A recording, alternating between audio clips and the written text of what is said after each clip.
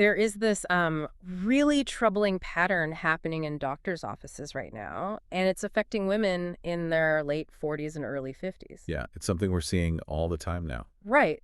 They walk in and they are completely overwhelmed. They're experiencing severe anxiety, systemic fatigue, and this sudden, inability to manage their daily And they lives. usually walk out with a prescription, right? Exactly. A prescription for antidepressants, maybe a diagnosis of generalized anxiety disorder, or even late onset bipolar disorder.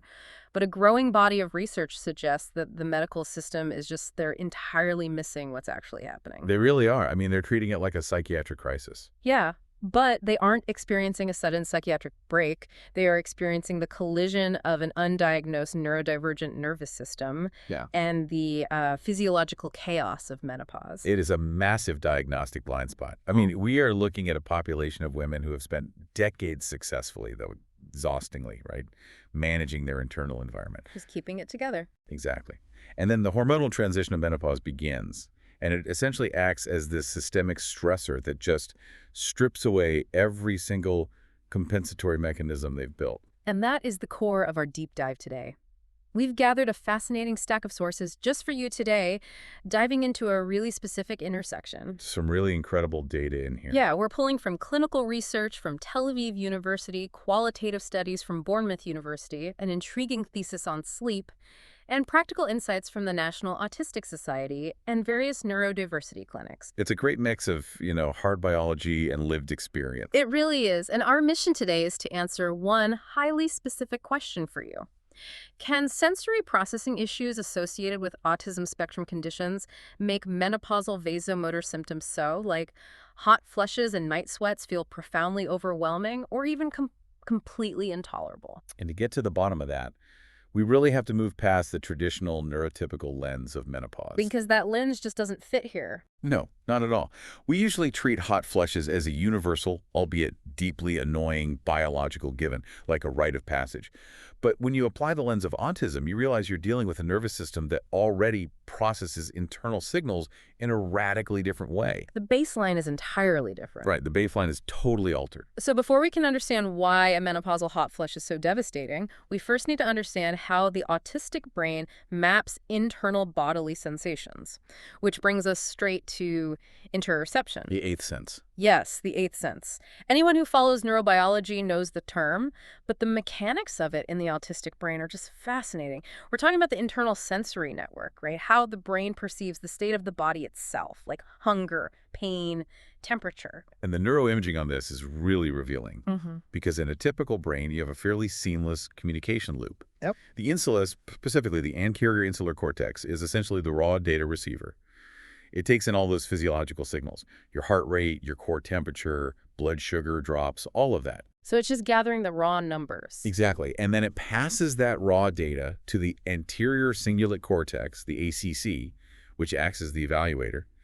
The ACC looks at it and decides, what the data means and what you actually need to do about it. But that's not what happens in the autistic brain, is it? No. In the autistic brain, we see altered functional connectivity between those two exact regions. Okay, let's unpack this for a second. Because if interoception is like your body's dashboard, it's like having a car where the check engine light is either blindingly bright all the time or the bulb is completely burned out. That is a perfect way to describe it. You either feel every single gear shifting or you don't realize you're out of gas until the car suddenly stops. It's a data processing issue. Right. If the insula is just streaming raw hex code, but the ACC lacks the compiler to turn it into a readable user interface, you don't get a clear message like, hey, you're getting too warm, take off your sweater. No, you just get an overwhelming flood of raw, uninterpreted system alerts. And that is the exact mechanism driving what researchers call alexithymia. Which is the difficulty identifying feelings, right? Exactly. It's the inability to identify or describe physical and emotional states. The body is sounding an alarm, the heart is racing, the skin is flushing, but the ACC cannot evaluate the threat level or categorize the sensation. Oh, wow. So that unprocessed physical data has nowhere to go, and it cascades into the nervous system as pure distress. which turns what should just be a physical sensation into emotional meltdown or a shutdown. Which perfectly explains the extremes we see in autistic sensory profiles. The Mhm. data packets are either dropping entirely, so hypointeroception, where someone doesn't realize they've had like a severe injury for Right, days, missing the cues entirely. or it's hyperinteroception, where they are overly aware of every bodily sensation and it causes massive distress, like the rustle of their own digestion is deafening. Exactly. But I'm struggling with something here. How does the body manage fundamental life or death systems if the ACC can't reliably read the internal signals? I mean, how does it handle something as critical as temperature regulation? Well, it handles it, but the research suggests it handles it under immense continuous strain. Like it's always working overtime. Precisely. And this brings in the clinical data out of Tel Aviv University. They propose that altered temperature regulation isn't just a byproduct of sensory overload. Oh, it's not. No. They hypothesize that atypical hypothalamic circadian temperature regulation is actually an upstream vulnerability in autism. Wait, upstream meaning the hardware itself is wired differently right from the start, not just reacting poorly to the environment? Yes, Yeah. because the hypothalamus is the body's homeostatic command center. And the Tel Aviv researchers point to converging evidence, like structural differences. They actually see reduced gray matter volume in the hypothalamus in some cases. Really? Yeah. And atypical circadian temperature rhythms in autistic individuals. Oh. All of this suggests this core system is functioning on a completely different operational frequency. Okay, I have to bring up the fever effect studies mentioned in the sources because the mechanism there genuinely confuses me. Oh, it's fascinating, isn't it? It is, but it's weird. The data shows a subset of autistic individuals actually show temporary behavioral improvements when they have a systemic fever. Core manifestations, like social communication deficits, temporarily ease. Which sounds completely backward. Right, because when I have a fever, my cognitive function plummets. I can barely string a coherent sentence together. Why would adding heat stress improve executive function in an autistic nervous system? It seems entirely counterintuitive until you look at what a fever actually does to the vascular system. Okay. The prevailing theory is that the heat stress of a fever triggers a massive vasodilatory response. The blood vessels widen. And this engages the hypothalamus in a very specific, aggressive way to manage the heat. And that changes things. Yes, it temporarily alters the autonomic nervous system's tone. It basically shifts the brain out of its chronic sympathetic hyperarousal, that constant fight-or-flight state, and forces a physiological reset. Oh, I see. And researchers are actively trying to mimic this physiological reset without the infection, right? They are. The trial published by Longdom Publishing testing the Avazen device is wild. It's incredible. Caregivers use this device on autistic children, applying heat and negative pressure to the hand to artificially warm the blood by just about 1 degree Fahrenheit. And the results over a 6-week trial were highly significant. The active treatment group experienced much longer sleep duration and greater expressive language use. Just from warming the blood a tiny bit. Exactly.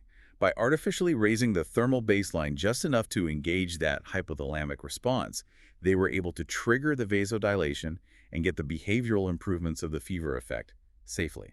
So what does this all mean for our main topic? If an autistic person's hypothalamus is already wired differently and slightly warming the blood profoundly alters their brain function, are they essentially living right on the edge of their thermal threshold even before menopause begins? Yes, that is exactly what the broader population data shows. Peter Ryan's thesis introduces this concept of high temperature sensitivity, or HTS. Right, I remember that from the notes. His research mapped a very strong correlation between high autistic traits and severe physiological and psychological discomfort at higher ambient temperatures. The autistic nervous system is perpetually walking a thermal tightrope. Which brings us to the absolute physiological earthquake of menopause. The perfect storm. Truly, we've established an internal thermostat that is highly sensitive, operating in a body that struggles to translate physical sensation into logical action, and then the hormonal floor just drops out. And estrogen is the key player here. It is an incredibly powerful neuromodulator. It regulates serotonin and dopamine pathways, Right. but crucially, it directly interacts with the hypothalamus to maintain the body's thermal set point. The set point being the acceptable range of body temperature before the body panics and tries to cool itself down. Exactly. But as estrogen levels violently fluctuate and eventually plummet during perimenopause and menopause, the hypothalamus loses its chemical anchor. So the set point gets messed up. The thermal set point narrows dramatically. A tiny, microscopic change in ambient temperature or just a slight physiological shift tricks the hypothalamus into believing the body is dangerously overheating. Wow. So it triggers an immediate, aggressive heat dissipation protocol. The hot flush. The blood vessels dilate, the heart rate spikes, the sweat glands open up. Now, for neurotypical women, a hot flush is uncomfortable. It's really disruptive. But their ACC can read the signal, right? Right. It says, we're having a hot flush. The threat level is 0. It will pass in 3 minutes. But for an autistic woman with sensory overresponsivity and alexithymia, that same biological event is catastrophic. The National Autistic Society and the ScienceWorks behavioral data describe it not as discomfort, but as an unbearable sensory shock. It's a complete system overload. Here's where it gets really interesting for you, the listener. Think of it like this. It's like you've been successfully juggling 3 balls your whole life. It takes all your focus, but you do it.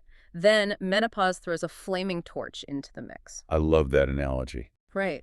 The original balls aren't any heavier, but your overall capacity to keep juggling is completely destroyed. The traits aren't new, but the buffer is gone. The ScienceWorks research actually uses that exact phrasing. The traits aren't new, the buffer is thinner. Menopause doesn't suddenly make a woman more autistic. It introduces a massive, unpredictable physiological stressor that consumes all available neurological bandwidth. So there's nothing left. 0 nervous system capacity left to filter out sensory input from the external world. Dr. Rachel Mosley's qualitative data from Bournemouth University captures the devastation of this perfectly. The interviews with autistic women going through this are just intense. They are heartbreaking to read. They use phrases like, when my autism broke and I lost my skills. It's not just feeling overwhelmed, it's a fundamental loss of function. Because they're talking about the biological impossibility of masking. We know masking the exhausting process of hiding autistic traits to perform neurotypicality requires immense prefrontal cortex activation. You're constantly overriding your own brain. Constantly overriding the amygdala and the autonomic nervous system. It is exhausting. So when the hypothalamus is firing off sensory shocks multiple times a day, the prefrontal cortex cannot maintain the mask. The compensatory mechanisms are stripped away. The basic life skills just completely evaporate. Navigating a workplace, managing executive function, tolerating a loud grocery store, it all goes. All of it. And the overwhelming nature of these sensory shocks doesn't happen in a vacuum, right? It triggers a devastating domino effect on sleep, mental health, and the patient-doctor relationship. The cascading fallout is severe. Let's explore the sleep crisis, because Peter Ryan's thesis on global sleep difficulty, or GSD, provides a really clear mechanical explanation for why sleep is destroyed in this population. Sleep onset relies on a very delicate physiological shift. Your core body temperature actually has to drop to initiate the sleep cycle. And if your hypothalamus is dysregulated, that drop doesn't happen efficiently. Exactly. But Ryan points to a specific psychological sensory mismatch that makes it so much worse. He found that severe sleep difficulty in this population is linked to a brutal combination. High interoceptive attention, but low interoceptive accuracy. Yes. Think about lying in a dark, quiet room. Without external distractions, your interoceptive attention dials all the way up. You are hyperfixating on the body. Right, you feel the heat of the mattress, the pulse in your neck, the slight shift in your breath. But because your interoceptive accuracy is low, because of that altered connectivity we discussed earlier, your brain cannot accurately interpret those signals as normal, safe bodily functions. It interprets the raw data as a threat, because you don't know what the signals mean. Exactly. If you've ever felt the absolute panic of trying to sleep in a 90-degree room with no air conditioning, your heart racing, feeling physically trapped by the heat, imagine that exact physiological panic, but localized entirely inside your nervous system while the room is 68 degrees. It's terrifying. Your brain is telling you that you are in physical danger. It locks the nervous system in a state of sympathetic hyperarousal, and you cannot fall asleep in fight or flight mode. And even if you do manage to fall asleep, a hot flush or night sweat in the middle of the night acts as a secondary sensory shock. Right, completely shattering whatever sleep you manage to get. The resulting sleep deprivation fuels what the studies identify as severe autistic burnout. And we need to be clear about the terminology here. Burnout in the neurodivergent context is not just, needing a vacation because work is stressful. Not at all. Autistic burnout is not a lack of resilience. It is a profound exhaustion of all internal resources. It's a systemic shutdown of the central nervous system. And the outcomes are really scary. They are. The Science on the Spectrum data highlights that when these women hit this phase, when their coping mechanisms fail, the sensory environment becomes hostile, sleep is obliterated, and they're experiencing physiological shocks daily. The mental health outcomes are severe. Including high risks of self-injury and suicidality. Yes, a sharp escalation in profound depressive episodes and suicidality. Which brings us back to the medical reality, and this is such a tragic failure of medical care. Wait, if hormone replacement therapy, HRT, is the recommended medical treatment, and it's highly effective for stabilizing these hormones and reducing sensory overload, why is it so hard to get help? It is incredibly frustrating. Are healthcare systems just fundamentally failing to translate autistic communication styles during a crisis? Yes, it is a phenomenon known as diagnostic overshadowing. When a doctor who is not trained in neurodivergent presentations sees an autistic woman in a state of crisis, they misinterpret the communication. Because of the alexithymia. Exactly. The woman might not say, "I am having 4 hot flushes a day." Due to alexithymia, she might not even know they are hot flushes.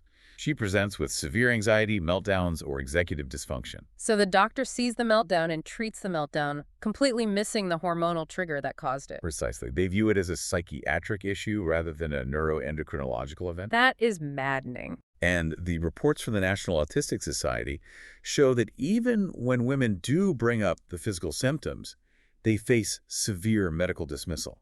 They are often met with medical gaslighting. Like, oh, it's just menopause, put up with it. Exactly.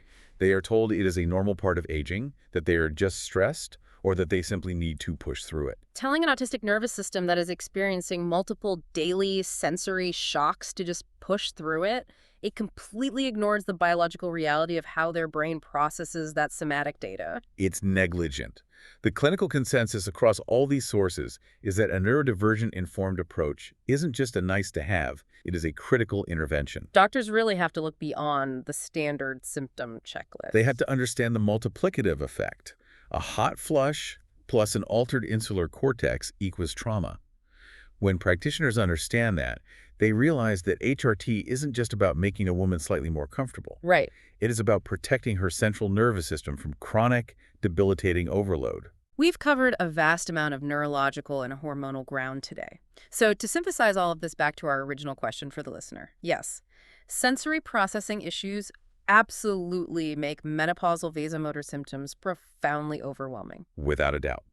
It is the collision of an atypical interoceptive network, an altered hypothalamic thermostat, and a sudden drop in hormones that strips away the brain's coping buffer. It is a perfectly measurable, deeply physiological perfect storm. And the clinical data completely validates the lived experience. It removes the blame from the individual. Which is so important. It really is. It is not a failure of resilience. It is a fundamental clash of biology and neurology. For you listening, whether you are navigating this yourself or supporting a loved one or simply curious about human biology, understanding this intersection changes everything. It completely reframes it. It reframes midlife burnout from a personal failure into a deeply physiological event that can actually be managed once you identify the actual moving parts. It gives people the language they need to advocate for the right kind of medical care. It really does. And there is one final, really provocative thought tucked away in the source material that I want to leave you with today. It builds on everything we've talked about, and it forces a complete reevaluation of how we view this transition. Oh, this is such an important point. The sources note that many women only discover they are autistic because of menopause. Because the buffer finally disappears. Exactly. They spend 40, 50 years dedicating immense cognitive bandwidth to masking, adapting, and building systems to survive a neurotypical world. And then menopause destroys the buffer, and the autistic traits become undeniable. The masking becomes biologically impossible. Right. So here is a new paradigm to mull over on your own. What if we stopped viewing menopause solely as a biological decline? Yes. What if instead we recognized it as a profound diagnostic window? A great, unavoidable unmasking that violently strips away decades of societal conditioning to finally reveal a woman's true neurotype. It breaks the systems of suppression. It does. It forces a crisis, but in doing so, it might be the very thing that finally forces the world to see and treat these women as they truly are.